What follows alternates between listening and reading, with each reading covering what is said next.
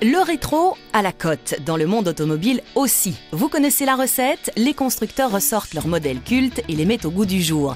Ce sont de petites citadines comme la Mini et la Fiat 500 qui ont réellement percé et qui remportent un franc succès surtout auprès des jeunes. Tendance, mode, agréable, adorable, c'est sans aucun doute cela qui fait la popularité des modèles rétro.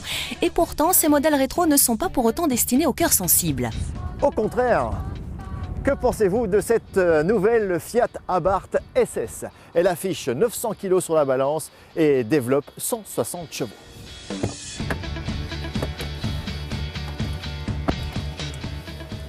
Sa réputation n'est pas le fruit du hasard, que du contraire, c'est toute une histoire qui se cache derrière cette petite boule de nerfs.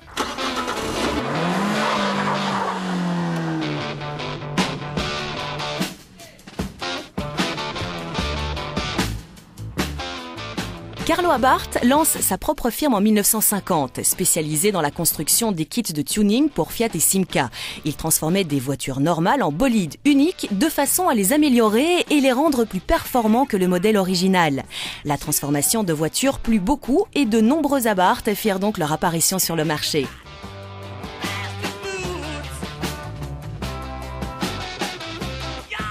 C'est ainsi que la Fiat 600 bénéficia d'un traitement Abarth. Et lorsque la Fiat 500 fut lancée en 1957, sa variante Abarth ne se fit pas attendre. Le logo au scorpion caractérisant Abarth devint une légende.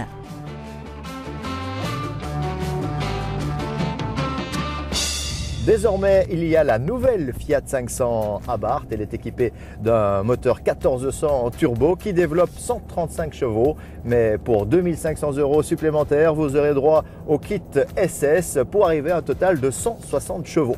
Une véritable petite bombe.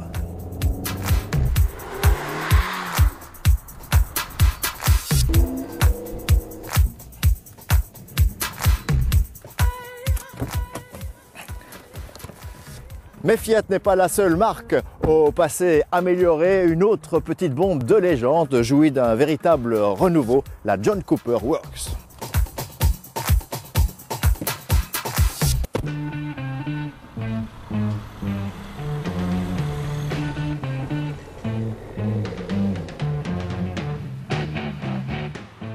It's red, it's right, it's British Dynamite. Bien que la Mini voyait le jour en 58 et était censée œuvrer comme citadine, c'est au rallye de Monte-Carlo qu'elle décrocha ses titres de noblesse, dans sa version améliorée certes. En 1964, Paddy Hopkirk mène la Cooper S, améliorée par John Cooper, sur les marchés du podium. C'est la première fois qu'une banale voiture battait l'establishment des voitures de sport de l'époque.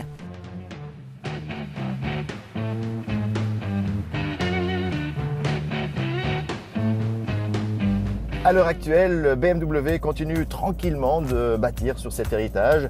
Jusqu'il y a peu, le fils de John Cooper, Mike, était la force motrice derrière les Mini super rapides, baptisés aujourd'hui John Cooper Works. Cette Works est la version ultime de la Mini Cooper S. Son moteur 1600 turbo développe 211 chevaux sur les roues avant.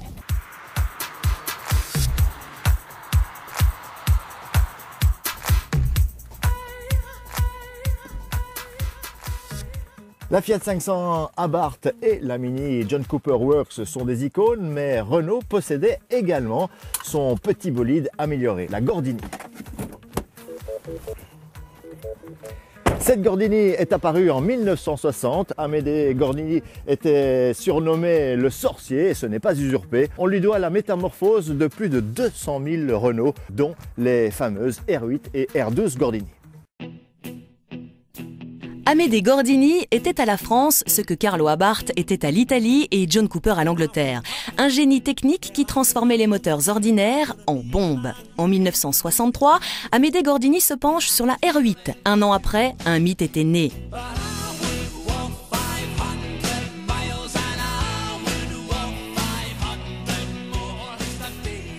La R8 Gordini arborait quasi toujours un bleu couleur drapeau français et 2 bandes blanches ornaient la carrosserie.